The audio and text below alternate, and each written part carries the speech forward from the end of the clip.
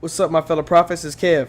Before we get into today's show, you can now go to 12ouncesportsnetwork.com/Amazon for all of your online needs. I mean, it costs you absolutely nothing. Just hit the link and start shopping. Once again, that's 1212OZ sportsnetwork.com/Amazon. Just get the shopping, guys. Enjoy the show. Well. What the fuck you mean you don't know DJ Mark B? You better preach it. Say that.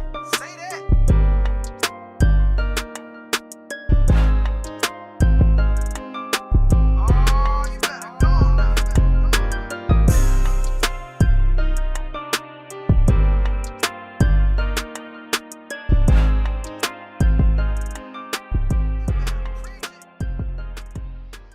Well, you want to end it and start it back. Welcome to Preach Care, Preach with Rashad. We are the prophets. Sitting in the episode, another sermon coming at you from 12 Ounce Sports, Apple Podcasts, Google Podcasts, iHeartRadio, Spotify, anywhere you can hear us. Rashad, what's going on, man? What up, man? Just been enjoying all this new music that came out last week, man. I know you seen all that crazy stuff on Twitter with the Jada Pinkett stuff, man. But shout out all for the album, man. I was about to say the album was great, man. Yeah. Shout out Alcina for the album. Shout out Black for the EP too, man. I've been riding to that lately. Oh, definitely. I've had those things on repeat constantly. Shout out Tiana Taylor too, man. I love Tiana Taylor, man. I ride with her too. Hey, I didn't like this one as much as the last one from Tiana. No, It was good. It was good. But I don't know. I don't know. Did Kanye produce this one too? He might have done on a few tracks. I didn't really get a chance to peep the credits. I always peep the credits like down the line, but Right. I just wanted to get that first couple listens in and kind of see what the content sound like. Gotcha. Hey, first off, man, let's talk about Cam Newton before we get into our show. Your thoughts of him going to the Patriots? I mean, kind of not even surprising, Right. just because of everybody already has a QB they trust anyway. So it was only a Patriot, so just wait till somebody got hurt. Mm-hmm. But even with him going there, it's just me. I'm not even sure he's gonna be the day one starter because they still like Stidham, and they've had Hoyer in the system before, so it's not even a guarantee he'll be the day one starter.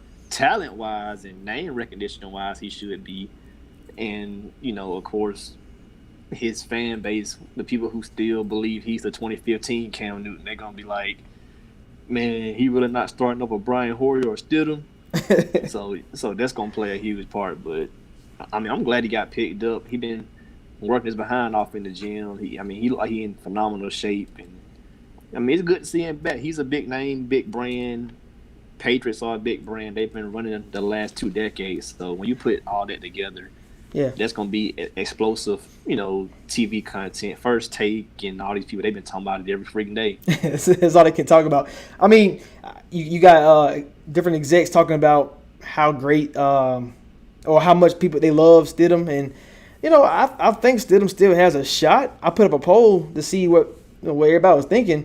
0% chance that he'll start, and that won by a landslide. And I'm like, yeah, Cam Newton is, of course, a great athlete. But he's been banged up, and they love Stidham for a reason. So we're going to find out with all these training camps and stuff like that. But it's going to be very interesting. But like you said, it wasn't that many options for Cam Newton on the table. Everybody had their quarterback. It was only ideally 3 spots. You like Derek Carr, so for you it's probably only 2 spots, and I like Gardner Minshew for Jacksonville. So it really was only 1 spot that I saw in mine. And that was the Patriots, and Patriots were growing young, but I mean, it's a high reward, low risk type of situation, which Cam Newton brings. Yeah, even the Raiders, I like Derek Carr, but even without Derek Carr being there, I think they were just gonna go in tank mode anyway with mediocre Marcus. So I mean, when no point they already paid him like a 2-year deal to be the backup. So if they were to get rid of Carr, they'll probably just go into tank mode and try to land Trevor or land Fields if the season goes downhill. So I didn't even think there was a viable spot for Cam to try to go. I know we did our list of like his best landing spots, and that was one of the potential ones. but just knowing what all would go into that, it was kind of far fetched in my opinion. Yeah, I mean, we'll see what happens. But shout out to Cam for finally getting the job. I thought just the COVID stuff. We saw all the free agencies really kind of like died off. Freeman's, Everson Griffin, Clowney's. Nobody's really getting any looks right now because of all the stuff going on. So it's actually kind of crazy. Shocking to me that it happened because it could happen 2 months ago. Yeah, 8 or 9 wins, why I still had them at, like, it didn't really move the needle for me, like, oh, this going to be a 11, 12 win team, nothing like that. You still got to hope the receiving core pops, hope the O-line stays healthy, and he got to get used to the Josh McDaniels play calling and stuff like that. They lost some guys on defense, so it's going to be some regression, but not a whole lot with Bill being a defensive guy. So you just got to see what happens, man. Yeah. So we can go into our show, man. Is there anything else you want to talk about before we get into it? Nah, man, I'm good, man. Hope everybody's still like staying safe, man. The COVID spike is coming back crazy, man. And a few guys from the NBA already pulled out, which totally makes sense. I mean, if you have contracted the virus, or you have a risk of, your family catching it, or yeah. I think it was Avery Brand who said his son had the respiratory infection or something like that, like bad lungs, something like that. So you don't want to expose your kid to that kind of stuff. I know Cauley Stein, I think they said he's expecting a kid, so why be away from your family during this time like this? Yeah, exactly. But shout out to your boy Stephen A. Smith going on TV talking that real talk. What did he say? 3 months. Oh yeah. Not doing nothing. Hey, he talking. It's funny because his facial expression said it all. Like, come on, 3 months. I was like, yeah, that's a long time, man. It's a long time. Hey, Molly, she didn't want to go there, but she was thinking like, yeah, I probably can hold out 3 months either. she was thinking it like, I kind of agree with you. Hey, that's funny.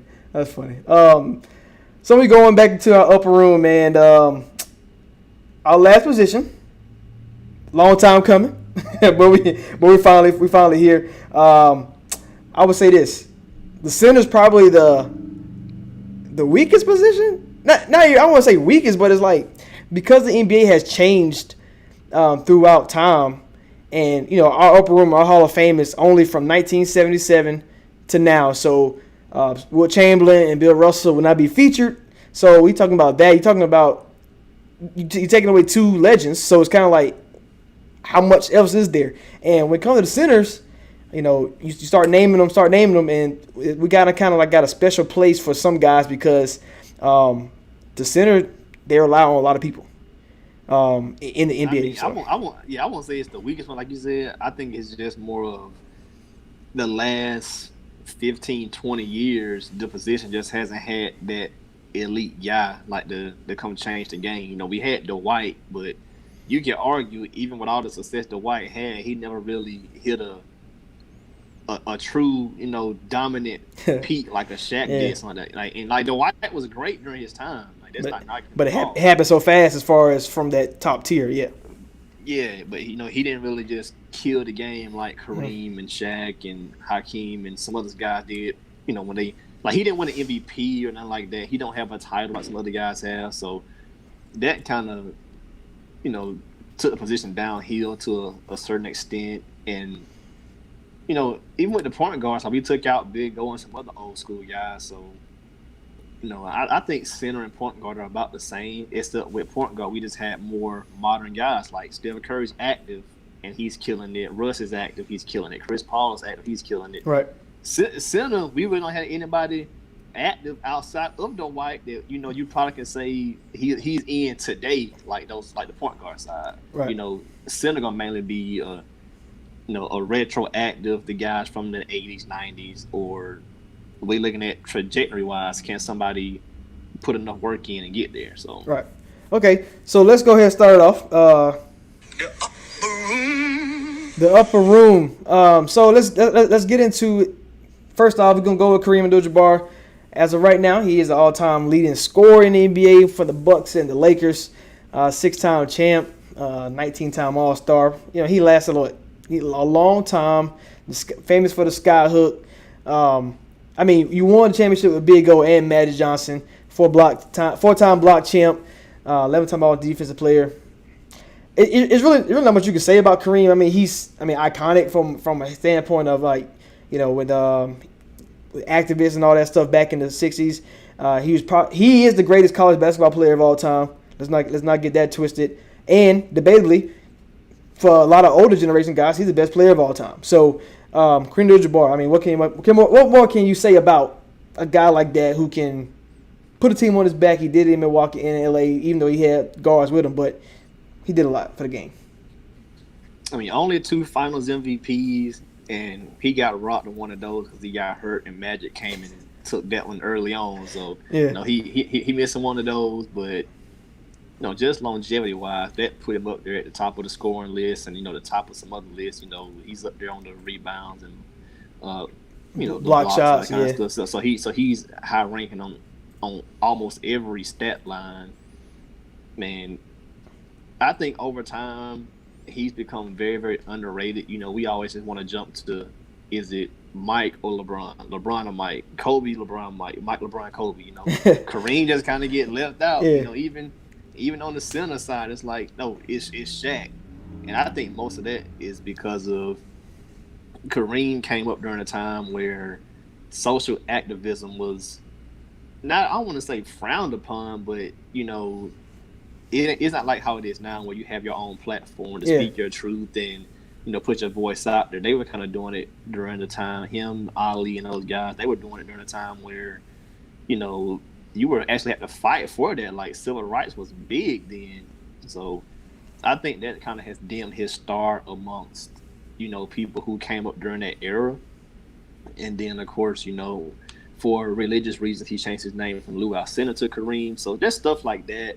I don't think they always put him in favor in the public eye. So it's kind of like he gets overlooked amongst the GOATs. But if you ask me to name the best basketball player of all time, like, not just NBA, not just college, but you put high school, everything, all that together as a package, the dude hardly ever lost anything. Dominated high school, dominated college, dominated NBA. I mean, the dude probably got about 40 years of basketball in his belt and probably hardly ever lost any tournaments, anything. No. He was just that good. Wait, that's like what, 4 games and 3 games in college or something like that in like 3 years? Yeah.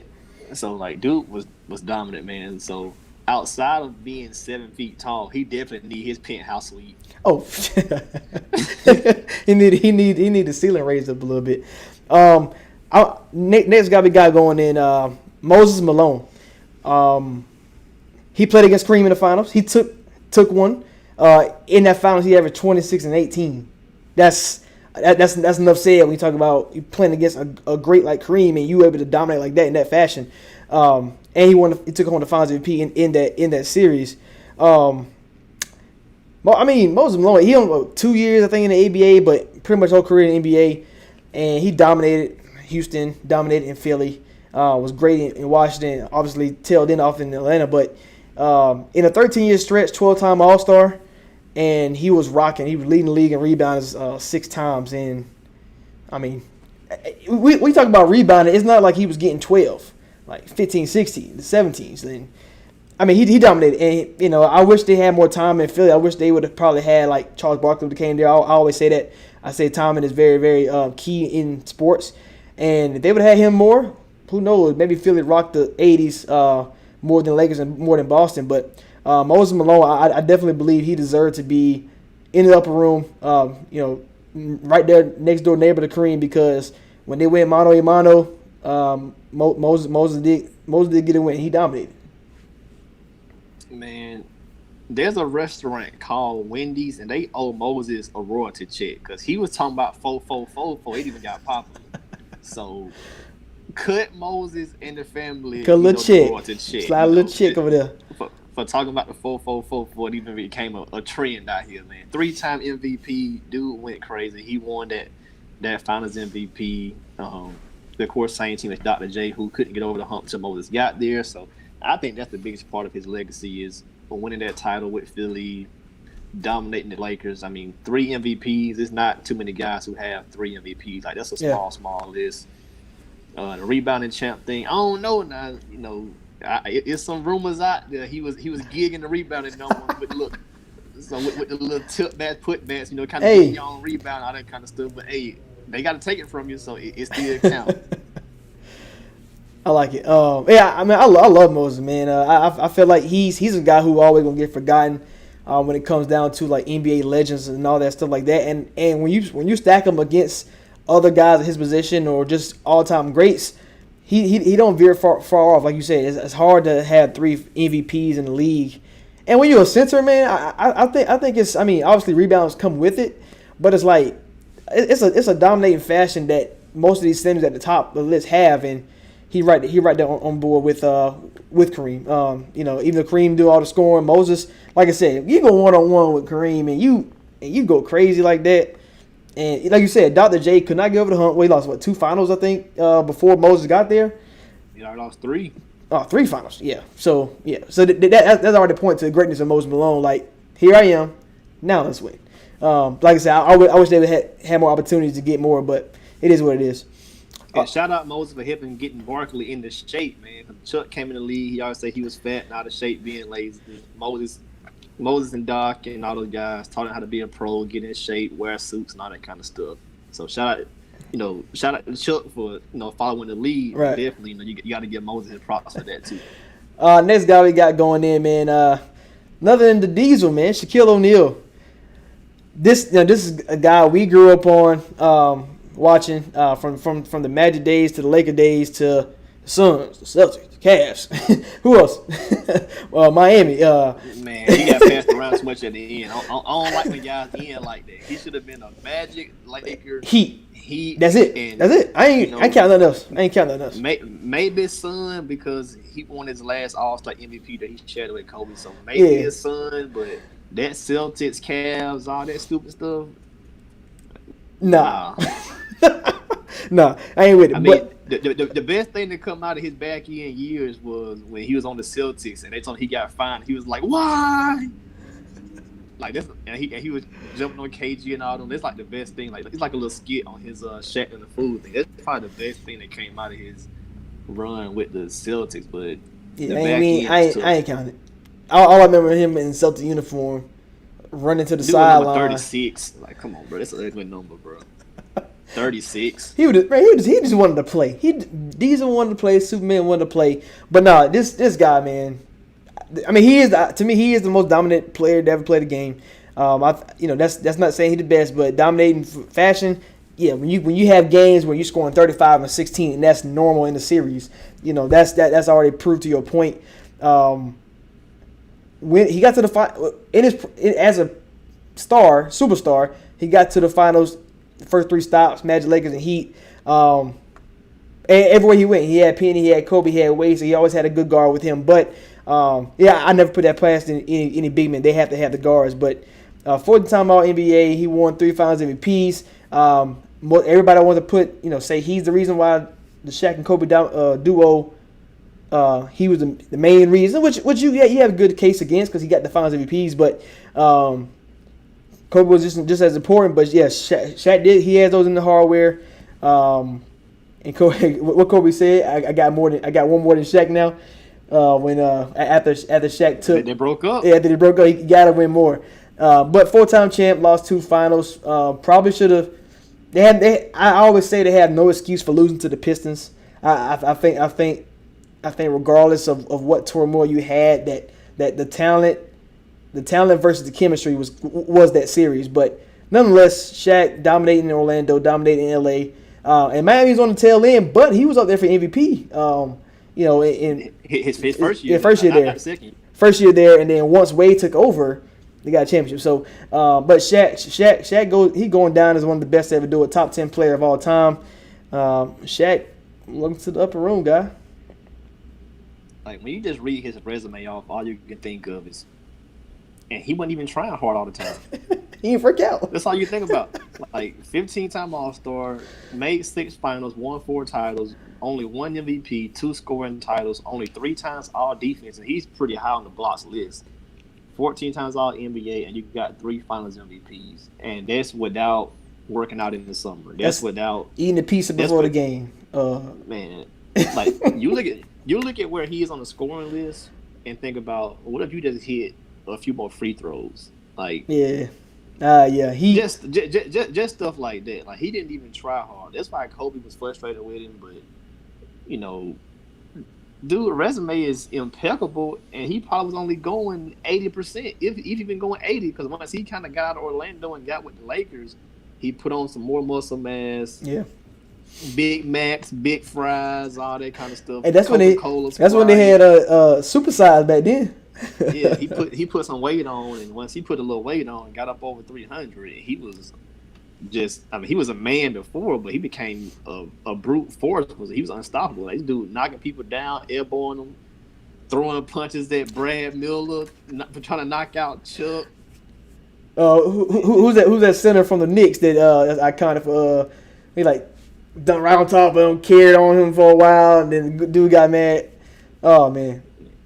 Yeah, Shaq. I mean, to be that dominant and still probably didn't even tap out your potential, it's crazy.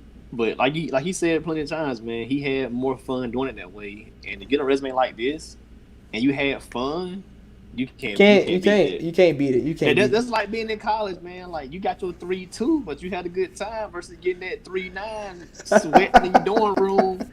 You in your dorm room sweating, then make not one friend, then go to no party, then talk to no girl, and still got the same job. Nobody, and you didn't make any memories. Now you just out here living life with no connections. You just hoping to get into your Ivy League school because you got a 3.940 or something like that. That's funny. So shout out Diesel, man. Shout out Superman. Going on to a guy who beat Shaq in the finals, Hakeem the Dream Olajuwon. He is my favorite center of all time, and I would debate and argue about Hakeem forever. You're talking about one of the I would say in my opinion, even though Shaq and Kareem has the blocks, I think he was the most skilled.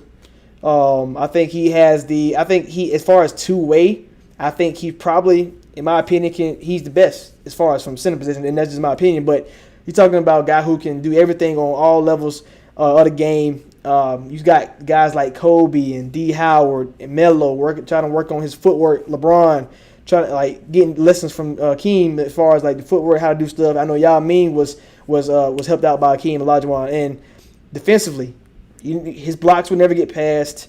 I think, and I always defend this. The Michael Jordan would have won 8 in a row. No. I don't know if I don't know if they beat the Rockets. And they were tired against the Suns. They wouldn't have won no more. And that's what people got to realize. But it's maybe the year without Clyde is all right. So let's say if it's just full strength and they're not tired, 95. You probably get them because there's no Clyde, right? But 96, I don't know. That Hakeem and Clyde do, because the Bulls never faced somebody like that. I mean, they got Shaq, but it was baby Shaq. They had Clyde in 95. So wait, I thought it was 96, wasn't it? I thought he came the second year.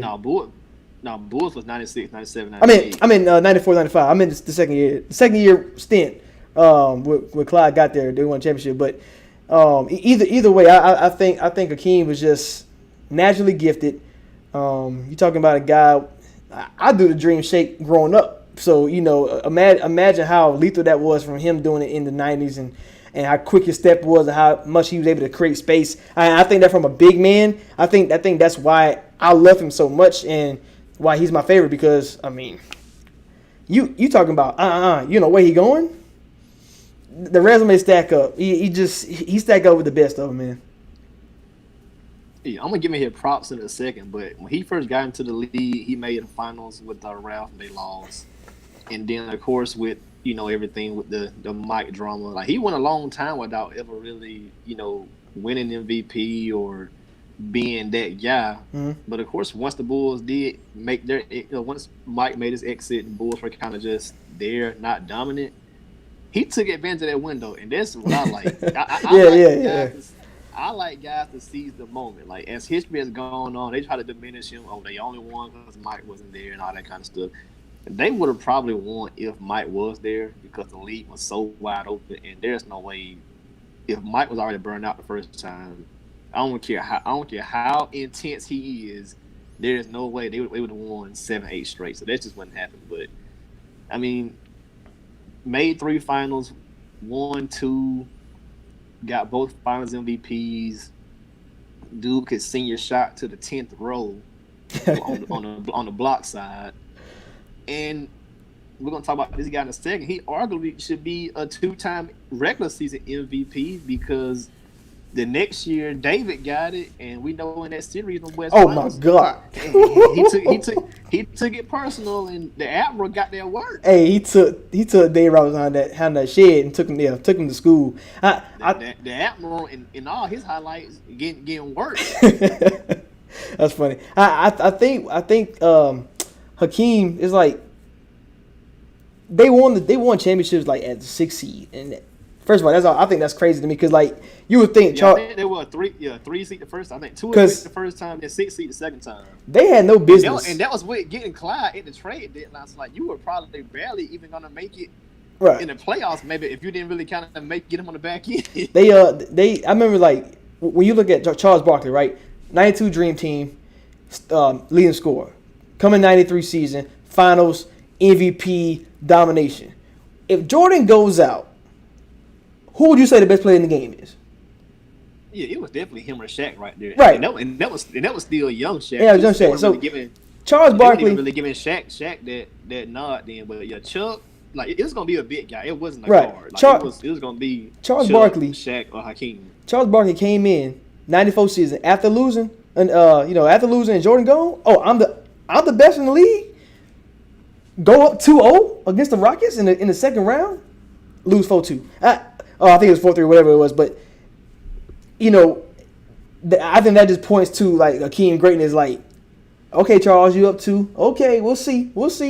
And then we go on to win the finals, and we go on to win 2 in a row. So Hakeem Olajuwon, he doesn't get the respect he deserves. He's top 10, and I know when people want to, when eventually you have to start putting Kevin Durant, and you get the questions of Steph Curry, they always say, oh, so who we gonna take out? And every time somebody said Hakeem, I'd be like, bro, I don't know. Like, you might have to reconsider. I just don't take him out. He just too great to me.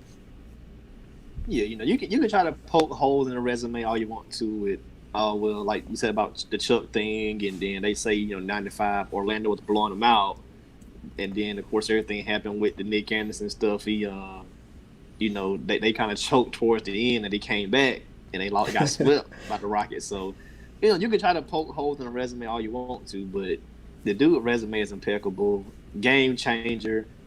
He's still being called to this day to get help on the footwork, the post moves, all that kind of stuff. Like Embiid need to be on Zoom right now. Not the Zoom. You need to be on Zoom right now. But you can try to poke holes all you want to, but dude's great, man. Moving on to the Admiral who got cooked by Hakeem Olajuwon. Dave Robinson. When you talk about the rest of the bigs, I think Kareem, Shaq, Hakeem, Moses. If we're eliminating Bill Russell and Wilt Chamberlain, Dave Robinson obviously is a top 5 when it comes to that sense in this upper room. And do you ever credit or discredit Dave Robinson a little bit because of the '90s run? And yes, he was right there with the best of them. But as far as success wise, do you really discredit him because he had got Tim Duncan? No, I don't discredit him at all because even when he was the guy by himself, they were still making some second rounds West Finals. Right. So, that's just part of the game. Everybody can't win the championship. And when you're a big, you only can carry your team so far. So much. Remember that, people. Remember that. you're dependent upon getting the ball. That's why, like, we're not talking about power forwards, but that's why I don't really knock Anthony Davis. That this dude is a top 7 player in the game, but in New Orleans, he got to get the ball some kind of way. So I never knocked Davis for that. Athletic freak, dude can do it all: shoot, dribble, run like a gazelle. So talent-wise and resume-wise, he's one of the best. Dave Robinson will always go down, like you say, in that back tier of the top tier guys. But even in the finals, 99 and 03, he still did enough. He helped the team out to win the championship, so you can't really pass his prime, of course. But I think the Admiral just another guy who always get forgotten about. Yeah, he's the only center out of almost any center that went out on top. Everybody else went out on their low point. Like he won a title in '03, he went out on top. You got Kareem going out below 20 points. Shaq. You already know about Shaq, was, man. Man, Shaq going out with an imaginary sniper, shoot him in the back of the leg. Hakeem finishing up in Toronto. They weren't even really popping like that. Moses had been on like his fifth, sixth team. I mean, and then we're gonna talk about the next guy. He finishing up on Seattle and Orlando, way past his prime. Like, man, these guys be going out bad, but they went out on top. They do. I think it's funny that centers do that. I think they just I can still play. I'm 7 foot. You can't teach size, so it's kind of like they still get that. Hey, here I am. But David Robinson keep getting them checks. Yes, they should just slide them checks to me. I'll take them. But walking 20 and 10, David Robinson. Welcome to the upper room. Let's move on to another guy in the 90s. Didn't win a championship, like you said. We all can't win them. I think every guy we named won. Not this guy, Patrick Ewing. He's a. Would you count him a superstar in the 90s? Yeah, he's definitely a superstar in the 90s. He was probably a top 10 player. Yeah. Jordan, Hakeem, Shaq when he came in 92, 93. Sir Charles. It was still a big guy era, so you got to put Charles in there. I think you would have to say Cloud was a top 10 player because he's the second best two guard. Been a few point guards, but I think Patrick probably top 10. I will always say they were arguably second best team in the East at all times. Like no worse than fourth. You got Bulls head and shoulders above the rest, and then you're gonna have to say, all right, depending upon the year, it's Indiana, it's New York, or maybe it's Miami or something like that, or Orlando, depending upon the year. But Knicks were always there because of him. Yeah. But nobody else could do anything. Like Charles Oakley was scoring on points. Mason wasn't either, and I think I don't blame Pat Ewing for a lot because, like you said, he's a big man. He can't do but so much. But then again, it's also like I don't think the Knicks team were built right. When you talk about two guards for that era, two small guards and then two big forwards, like you don't have no in between guys, so you never could beat the Bulls because of that. And then on top of that, the Pacers, they were so deep and had the wing position. So I think he kind of get messed up a little bit in that situation. But yeah, 0-2 finals record, but really though one. Really won. Really won. He wasn't even there. He was. I mean, on the IR at that point. Achilles that failed him. Do you think if he was there, it changed the outcome? No. He was banged up. He was. He was done. Tim Duncan was already. Tim Duncan had already became a top 5 player in just his third year. You weren't finna change that. Yeah, you wouldn't change. Yeah, they had Avery Johnson, the little general out there, a couple other guys, man. Sean Elliott. What's the name was hooping though? My boy Allen Houston, my boy Spreewell. They had Ewing, man. You never know, man. You never know. See, they really shouldn't even made it, man. 8 seed? Hell no. Man. No.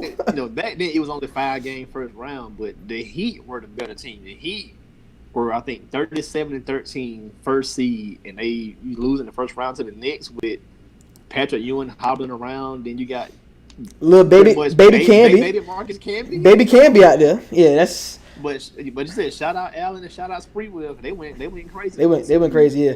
But Patrick Ewing, man, it's kind of crazy. All the centers are kind of like. You kind of forget about him if you're not Shaq and Kareem, honestly.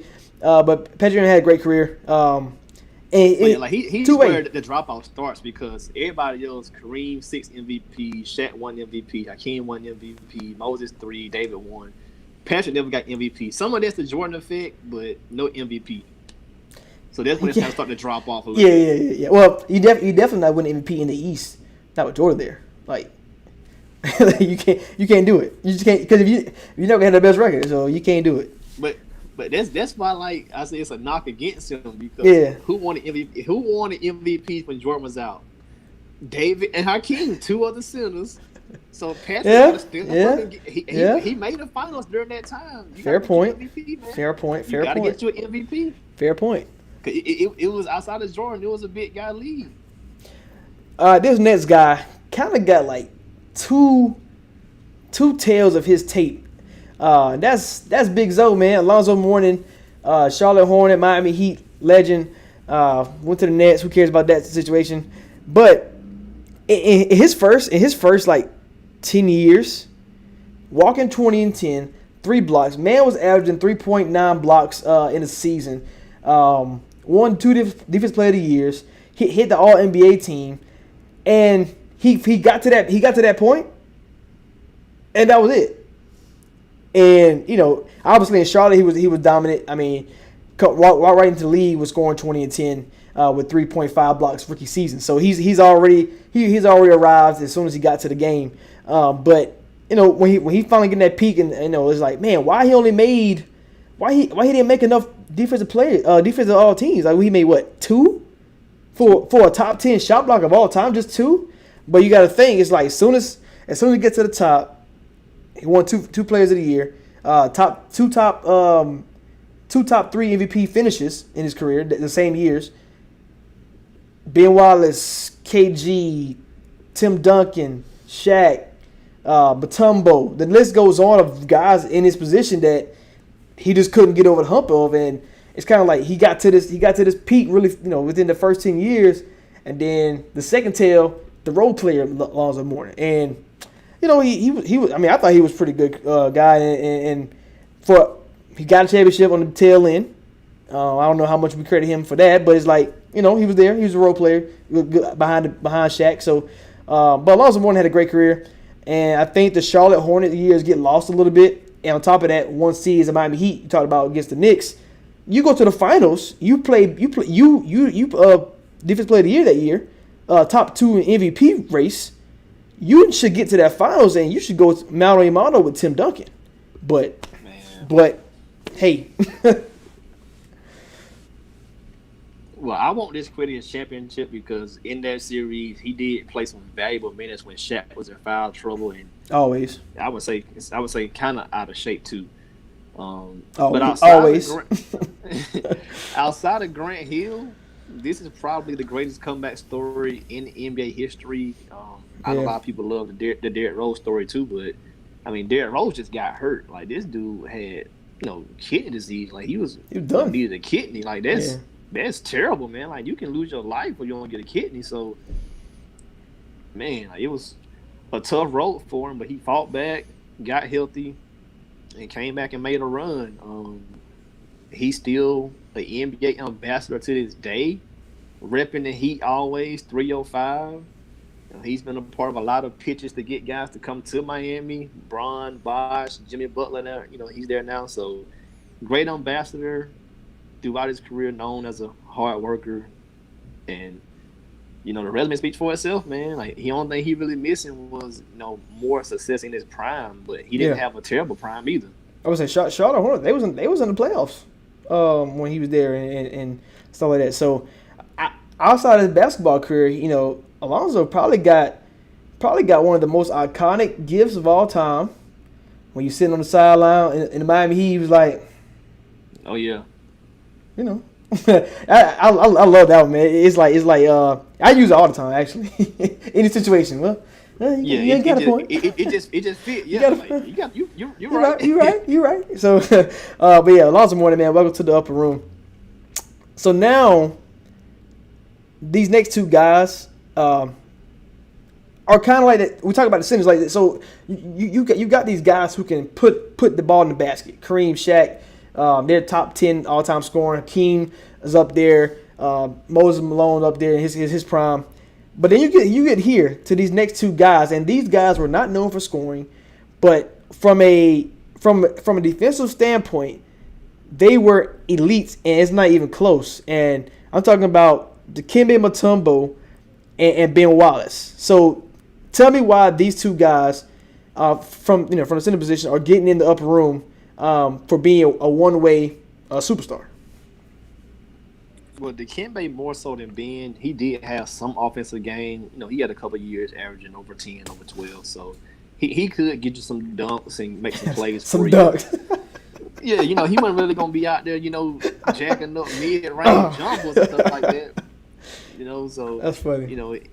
He's gonna get you a few buckets, especially in his younger years, like with Denver and with the Hawks. He's gonna get you about 14, 15. Then of course, guys age or body changes or your role changes, so you start going down to 9, 10, 11. But for the most part, man, iconic series win with Denver, and on the defensive end, 4-time defensive player of the year. You led the league in blocks 3 times. You're second on the all-time list. That right there's enough by itself. Come on, man. Yeah. Six all-time defensive teams, and I understand all NBA teams are position based, and at some point the NBA will just go to the 15 best guys. But 3-time All NBA as a center, when at a time when he was in his prime, the league was loaded with centers. Like yes, that era with the guys we're talking about. So when you in that era and you still making, I don't care if it is 13 All NBA, you made it. You made it. You made it. You made it. The Dikembe's up there, and then Ben has more All NBAs because center kind of got weaker. He has 5 to Dikembe's 3, but during his Pistons run, he was an outcast. But during his Pistons, I don't care if he had the fro or the braids. Ben was blocking that paint. Yeah, he was a madman in the paint, blocking them shots. And he's 6'8", 6'9". They listed 6'9". He probably about 6'7", something around there. But it's okay to be a specialist if you were an elite specialist. No plays for him. No. Pick and roll with Chauncey. We not pass you the ball on the roll. It's going to rip. I'm shooting this thing. But yeah, Ben Wallace, Dikembe Mutombo, obviously famous for the Ben barely getting the dunks for you. And he definitely wouldn't give you no free throw. Free throw, he works in Shaq. I don't care what you say. Ben Wallace, 6 points per game for a career? But I know a lot of people talk about Ben Wallace. Even before he got to Detroit and after he left, he was still that man on defense. In Washington, if he played the same amount of minutes as he did in Detroit the following season, he was doing the same exact thing. So it's really kind of like, if you could have saw that in Ben Wallace, if you could have seen, this guy, if we play this guy, he's going to be impactful. He may not give us 10 points, but defensively, he's sound. And I think a lot of teams could have got a steal off this guy because he was involved in the Jerry Stackhouse trade. But it's not like he was the only guy. He was just a guy they couldn't pay or they didn't want to, so ship him off. And Pistons got a gold, another man's trash, another man's treasure. Championship, 6-7 Eastern Conference Finals trips, and he was part of that catalyst group. So Ben Wallace, when we said we had to get somebody from that Pistons team in the upper room, man, Ben Wallace was a shoo-in. Yeah, he deserves it. 4-time All-Star. They won the 2004 title. 4 Defensive Player of the Years, block champ, 2-time rebounding champ, 6 times All Defensive Team, and 5-time All NBA. I mean, what else can you say when you're one way? Can't say nothing. And you put up all of that, you're in your spot. Definitely. So like I said, it's okay to be a specialist. Dennis Rodman got in. We let Dennis Rodman in, 15 rebounds a night, defensive player. Same thing for these guys. Moncrief, he was mainly, he was in his 5 years. He was versatile for 5 years, but he was mainly a defensive guy. When you think of Gary Payton, you don't think about 20 points. You don't think about it, yeah. You don't think about it at all. It's like he associated with defense, yeah. And this last guy who got an automatic bid, none other than Dwight Howard, who gets disrespected so much. I don't understand why. I'm sick of it. I'm tired of it. Dwight Howard, man. What you talking about? All right, so he was drafted. He went 1 to Orlando. Name a big. So we talked about Shaq, and that's really the last one. Name a big that can lead the team to the finals. And on top of that, did Shaq really lead Kobe or Wade? No. So lead, and I'm talking about a gap in between your next best player. Yeah, you can talk about Rashard Lewis, Jameer Nelson, and Hedo all you want, but we're not these. We talk about those 3 guys. We're not talking about this insane talent, this all NBA talent with them. Obviously, they had a great team around them, but Dwight Howard was able to have this team at peak powers and They beat a LeBron James team to get there, and they got there with the big three around in Boston. So I don't know. Maybe they get lost in the shuffle because he couldn't play with Kobe. The James Harden experiment didn't work. He go get lost in Washington, go get lost in Charlotte. He still was a double-double. I mean, I don't know what else to say. Lakers now, he back on Lakers now, and if he played the minutes, double-double. It's a walking double-double. The best defensive big man. I mean, he compete with all these guys. All these elites. He compete with all of them. Yeah, I always divide his career up into two careers. When he was making All-Stars, he was unquestionable the best big in the league. 20, 22, and about 10 or 12, depending upon the year. How it ended in Orlando was terrible. He should have just said, I want out, and just been a bit more about straight it. up about it, Yeah, instead of saying, no, I'm cool, and now Stan gets fired. So his rep got damaged in all of that, but his talent, similar to Shaq, I'm not comparing him to Shaq, but similar to Shaq, I don't think he ever topped out what he had. He's tried to learn how to post up late, and then he got hurt. So now you're back hurt. You really can't do all the athletic freak of nature stuff. But he was still dominant even post all the surgeries, and when he stopped making All-Stars, he was still a walking double-double with Houston, in Atlanta, in Charlotte, stuff like that. So even beyond his prime, he still can get you 14 and 10, which is in this era where they barely playing bigs 20-something minutes. If you can't shoot me down the court, you can take that because all he gonna do is rim run and dunk for you. So you will take that. He never really improved his game free throw wise, and like I said, the post ups. I mean, you were so many years in, then you start calling Hakeem, bro. It's too late. It was truthfully too late. Like him and Amari, they call Hakeem too late. Like, man, y'all prime is dwindling down. You should have been calling him, year 3. Like year 3, y'all calling dude in like year 8. What y'all doing? Exactly. Like, they're not like a Kobe, like a guard that can just start. You already got that base skill set, so you can go add other tricks onto it. Y'all trying to take this whole man repertoire and just put it in your game. Unrealistic. That's not gonna happen. Unrealistic. This is not gonna happen, man. Like you got to work up to that. Kobe already had impeccable footwork, work ethic, all that kind of stuff. So to add a boom boom up and under something to your game, that ain't nothing for the beam. Boy, you ain't Kevin McHale. Get out of here.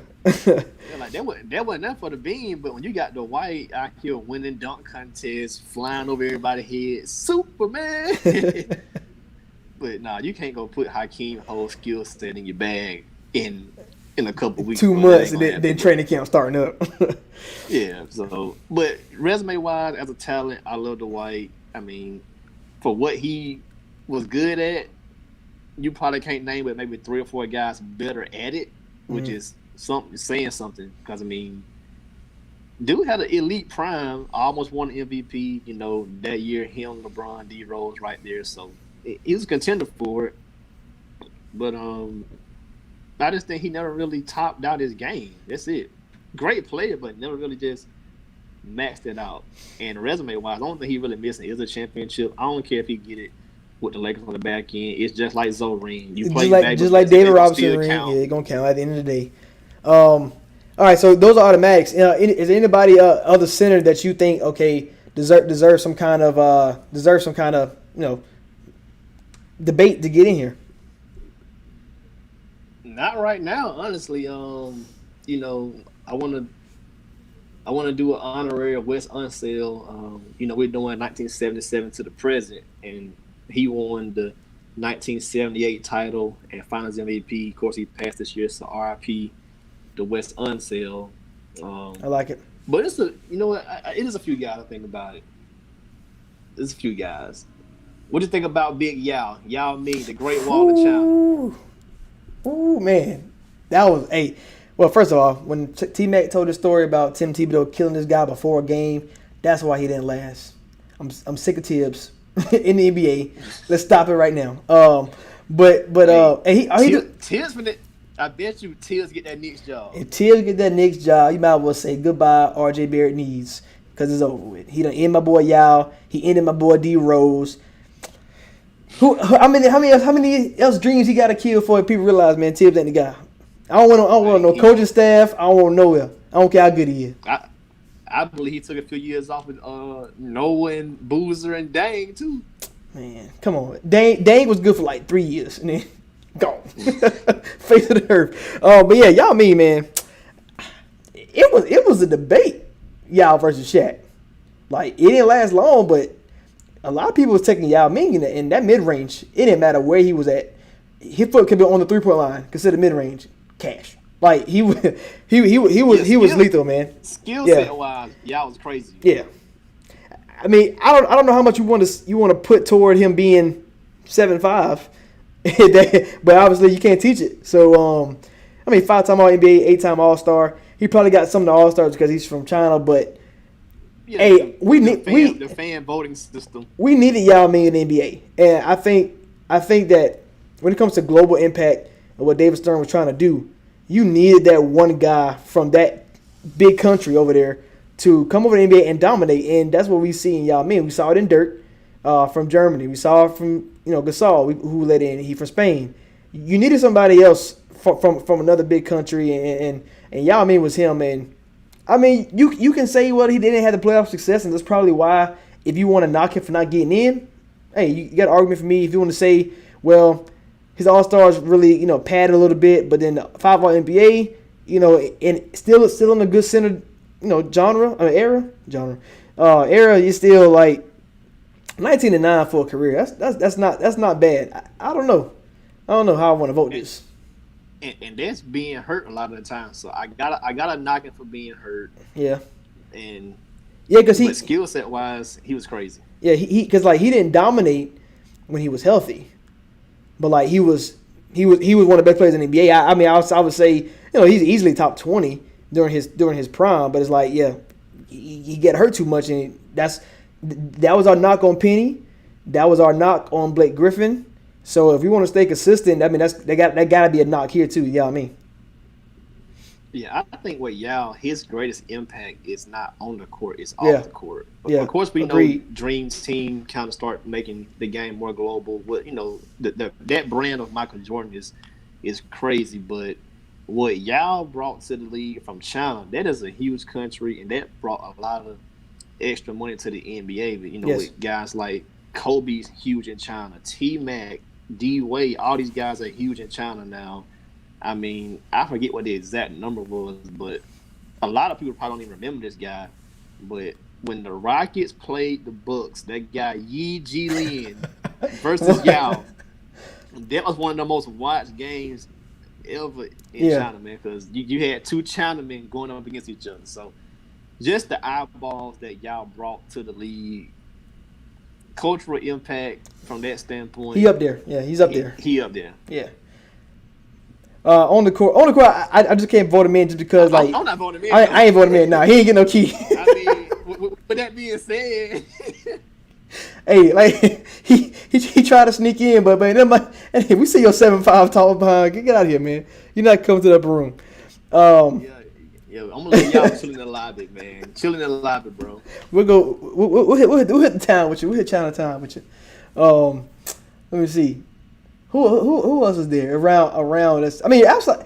All right, so somebody whose career is pretty much done. He added a championship last season. Marc Gasol. We talked about the Spaniard and Paul Gasol, his brother. He led him in power forward.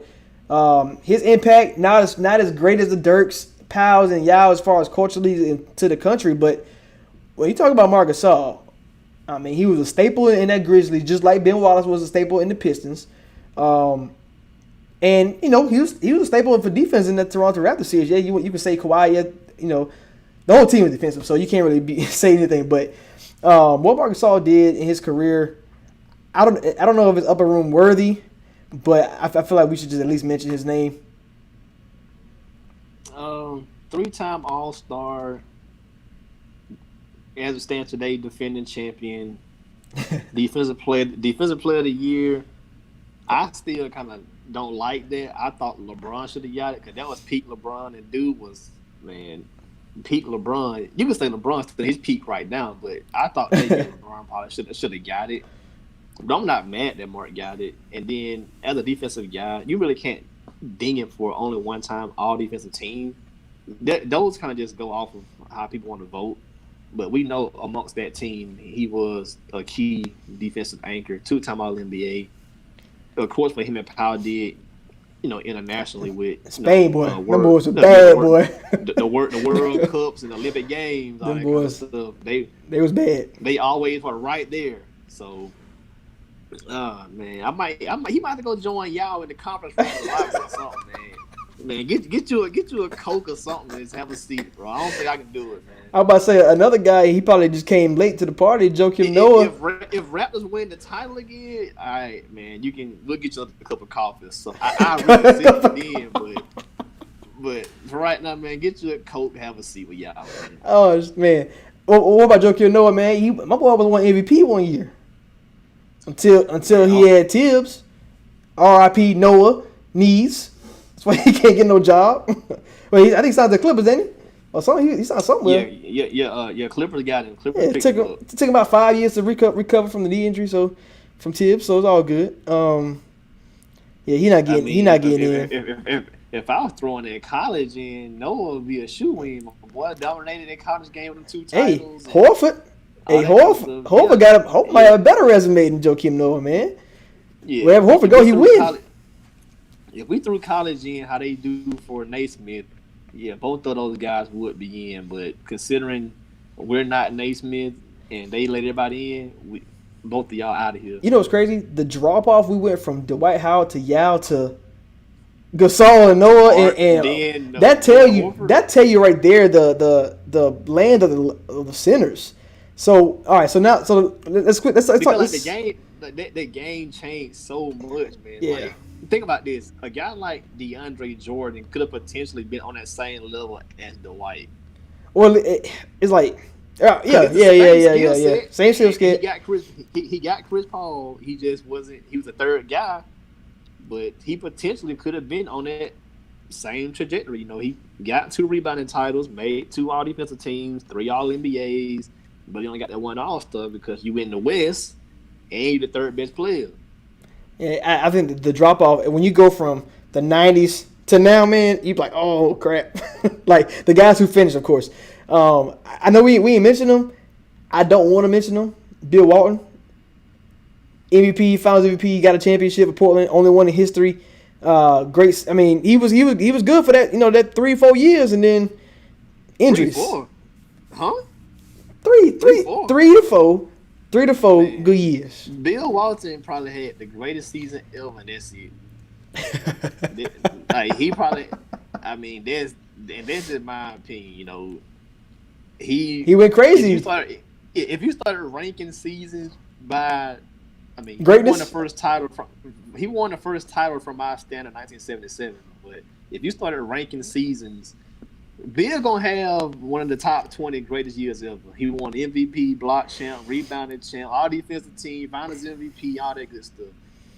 But he really didn't do anything else. Nah. I mean, Hey, college he was great. he got the title with the Celtics at the 6th man, averaging like 7-8 points. Boo. But he was kind of done. Once he got hurt, he was done. Bill ain't get my vote. As a commentator, he's funny at times. Hey, he be high, bro. That man be on something. Yeah, like he be on that good stuff. Analyst, yeah, he be a lot there, but it be funny at times. Hey. College career impeccable, but bro, you deserve a nod over here. Like you ain't even getting in the lobby to me. Hey, hold on, you can't let you win. Oh, that's funny. You gonna be at the door like y'all know me, man. Come on, that's my dude right there. Hey, what's that gift they do at the Popeyes? Like, looking away from the dude. Nah, you can't get in. I can't let him. I mean, he got an MVP and all, but I mean, to me, the resume is it ain't even Derrick Rose. He had 1 good year and that was it. Hey, found me. I can't even consider that. He ain't getting in. No, he not getting in. All right, so current guys, trajectory wise, I think Boogie was on that list, and I think the injury's about to rid of him. I think I don't know if he can get back to his dominating ways he was in Sacramento, even though he was losing effort. But you saw when he went to the Pelicans, yeah, he done. Yeah, and he would have made it if we did this like 3 years ago. We talk about trajectory. Oh, he go shoe in, 25 and 12. He low key got that Kevin Love going on where you don't win, but you hooping. But Boogie was a problem. Boogie was a problem, and it's crazy to say he was when he like 20. Like 28, 29. I think he's somewhere in 30. He might somewhere. Whatever John Wall age is. Yeah, like like Boog was on a Kings weren't winning, but he was dropping some crazy numbers. He went to New Orleans, man. You saw the potential.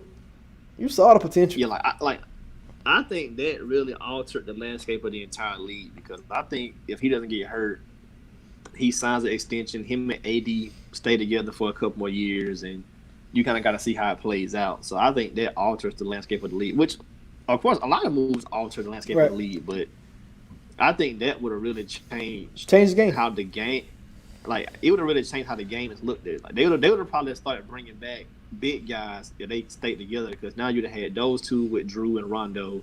You get you another wing, and you okay. All you need is a shooter. You don't even need a good wing. You just need somebody to shoot the ball wide open, cash. Like, get you a little Danny over there. Drew a bucket. Drew as your third.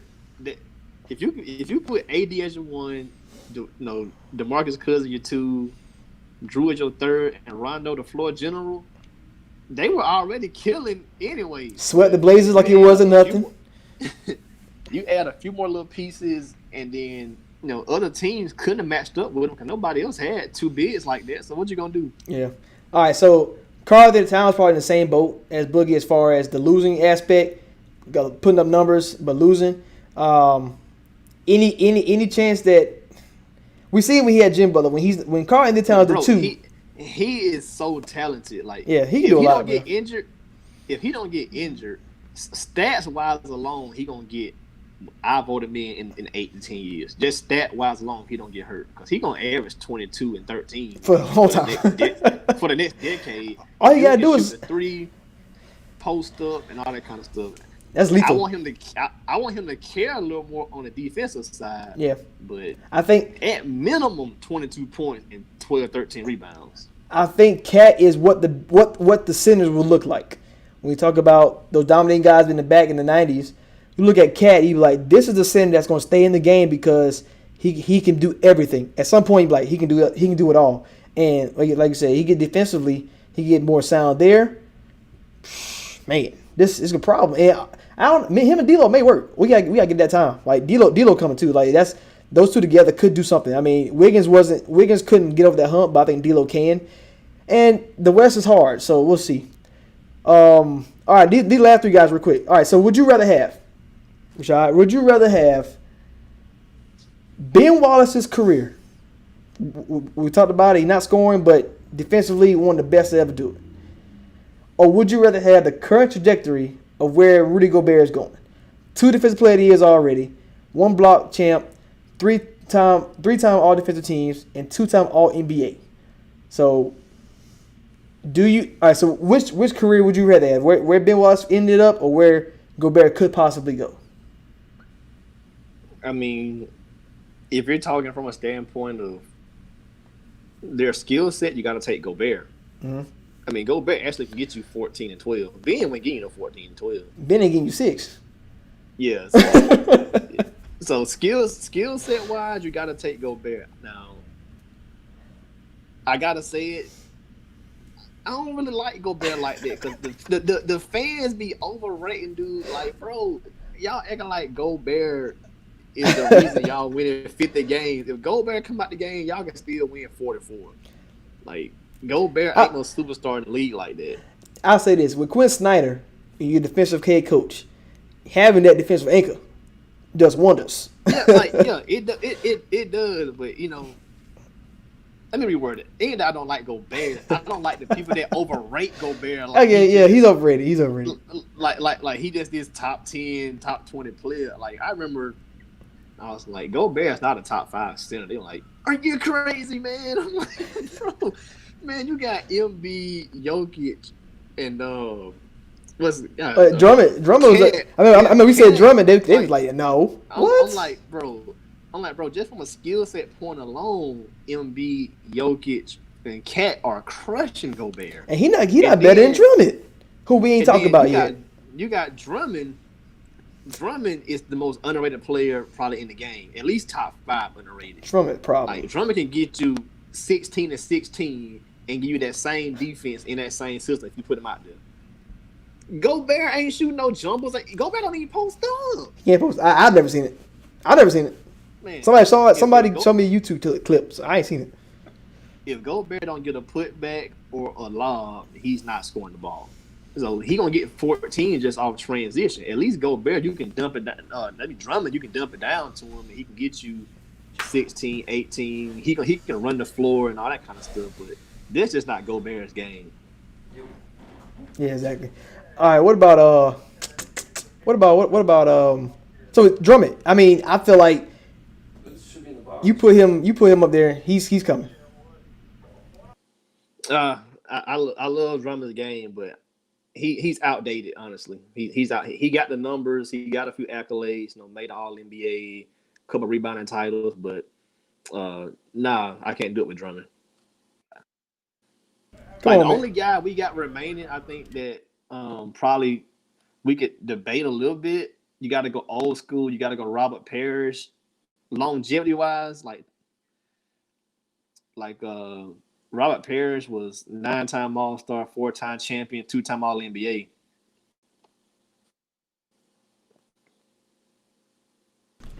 So that's the only guy I can think of. Robert Parrish, man. Like a lot of the guys that's playing now, you got to hope that trajectory-wise they continue on. But I think just from the older era, Robert Parrish with those 4 titles, 9 All-Stars, 2 All-NBAs, 20-something years played, he's the only guy that can probably get consideration as a last guy to vote in. I would say consideration, but I think when you're talking about we talking about just the fact that he's a he was he the 3rd or 4th guy on that Boston team. Like I don't think he has the James Worthy effect to be that 3rd guy and be dominant. So that's why I wouldn't vote him in. And which is a fair point. Because Bird, McHale, DJ, they had said Maxwell, all those different guys. And shout out to Joel Embiid and Jokic, because I think those two are, in my opinion, top 10 players in the game today. But they're Embiid will get there, but will we have? He got to last. He got to last, but I don't think he's a great heel injury guy. But he can be but he won't be like the Rose and the other guys. So people hate it if Embiid is load managed properly, 65 games every year, he's good. And Jokic, I mean, that's a triple double. Yeah, he's gonna probably go down as the most versatile big, just from a scoring, rebounding, and passing standpoint. Defensively, I want to see him pick it up some too, which he did this year, but just a little bit more. Yeah, okay. Well, he lost weight, so he might can move a little bit, boy. He might can move a little bit. They were going crazy on him on Twitter when that dropped. That's crazy. So that's our centers, man. We didn't put anybody in that's playing right now. But outside the White, but we got a lot of guys who can be on that. I mean, it's the center. It's just a position that is just like y'all heard the drop off from Dwight Howard to Yao to the next guys, and Embiid has to last. Boogie career was over. Cat eventually, Jokic eventually, but it's like, okay, can they sustain success? Maybe even go Barry, and maybe go Barry, because he'd be a specialist and.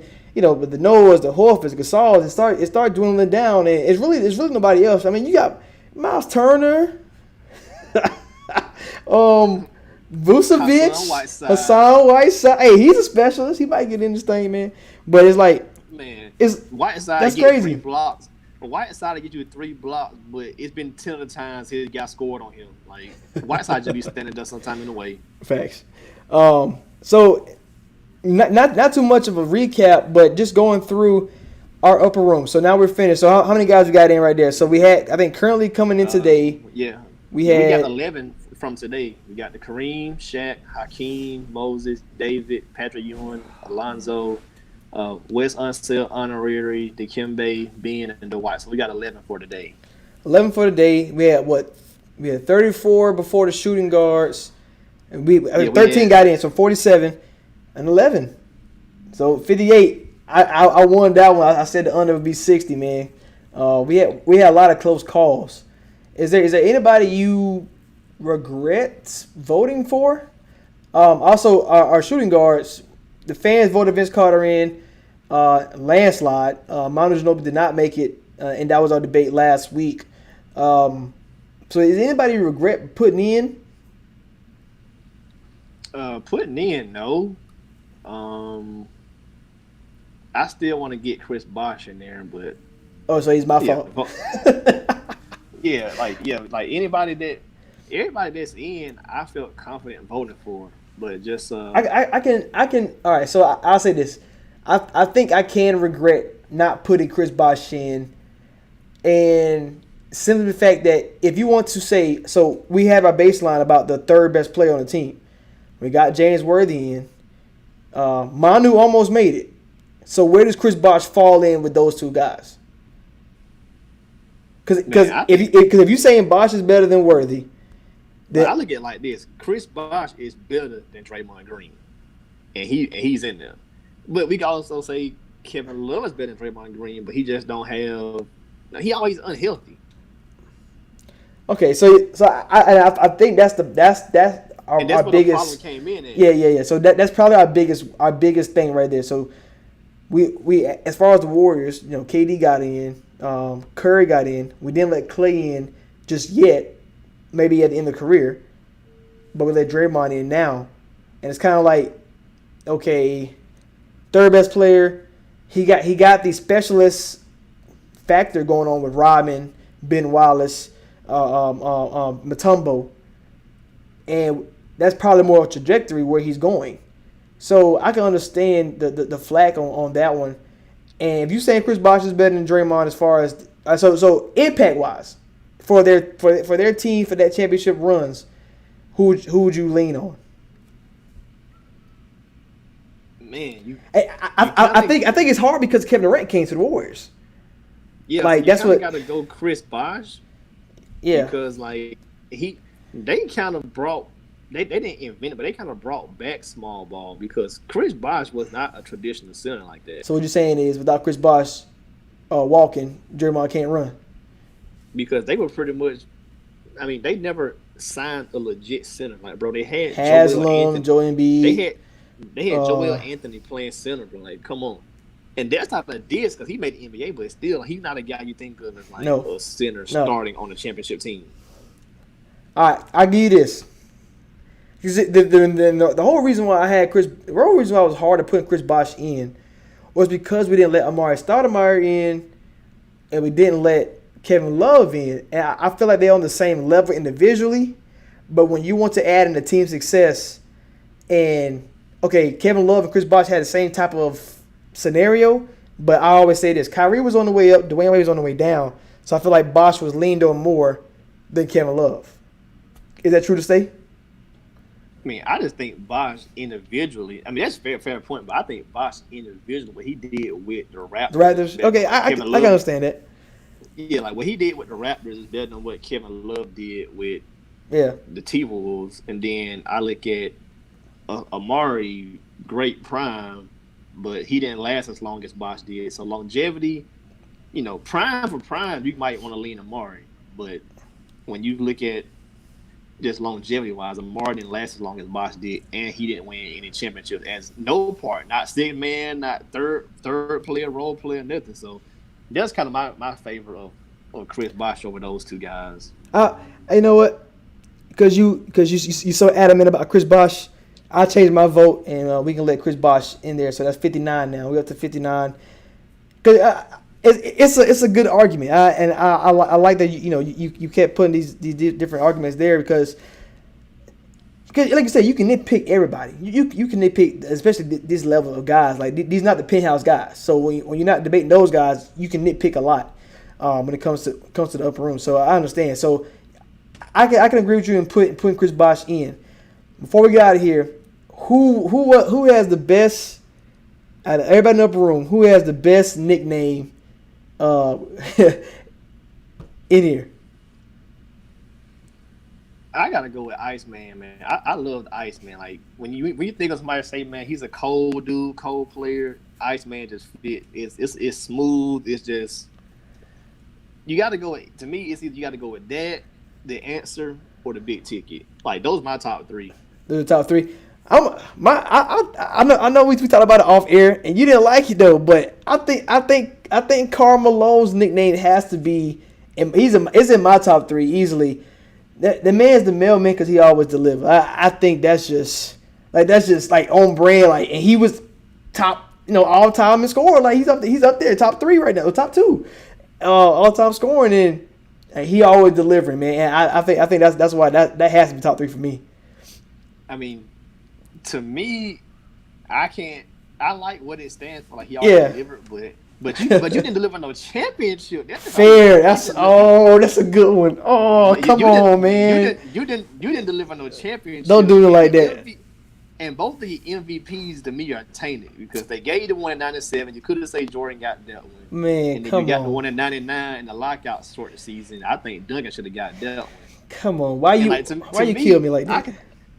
I can think of at least 10 other nicknames that's better than Mailman. That's why I was saying like that's not even in my top 10. Like, I think the glove is better than the Mailman. Come on, man. So all right, so you talking about he didn't deliver? I think Magic is better than the Mailman because that ain't even your real name. I was say in that case, Magic and Penny definitely would be up there. I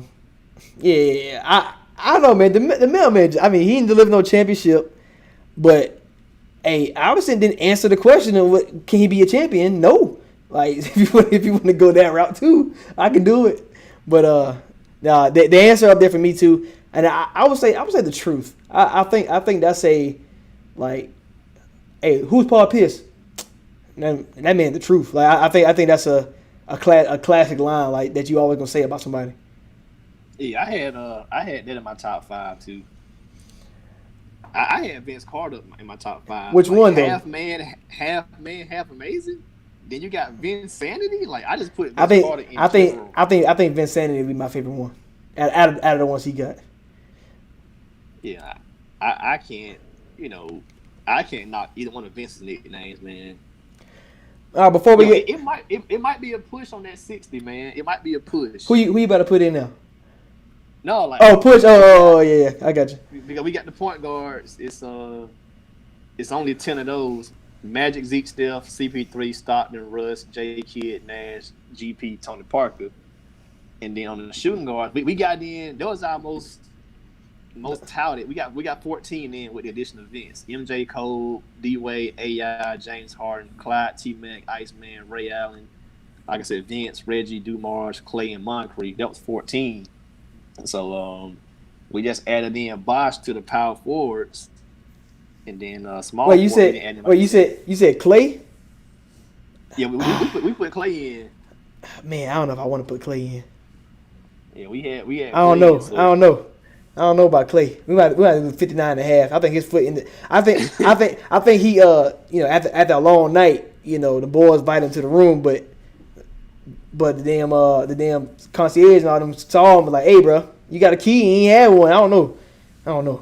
Yeah, because we had the 12 small forwards, and we voted in. How we just voted in today. It should be a push to 60. I'm gonna go 59.5. I'm hesitant to vote for Clay. Before we get out here, man, make sure y'all check out the website. Get some profit gear. Go to shop.spreadshirt.com/PKPWR. It stands for Preach with Rashad. Make sure you check some of that out. We got more designs coming that way. Make sure you follow us on all platforms: Apple Podcasts, Google Podcasts, Spreaker, iHeartRadio. Check out our sponsors and our networks in 12 Ounce Sports and on the Rap Sports, man. Make sure you check us out. We're live next Thursday. Hopefully be back on 12 on Sports. We had technical difficulties, but it is what it is. We kept it moving. Rashad, anything you want to say before we get out of here? Right foot up, left foot slide. Basically, either way we finna slide. Hey, man, that's the upper room. That's the upper room, man. That was fun. Appreciate Rashad. We out.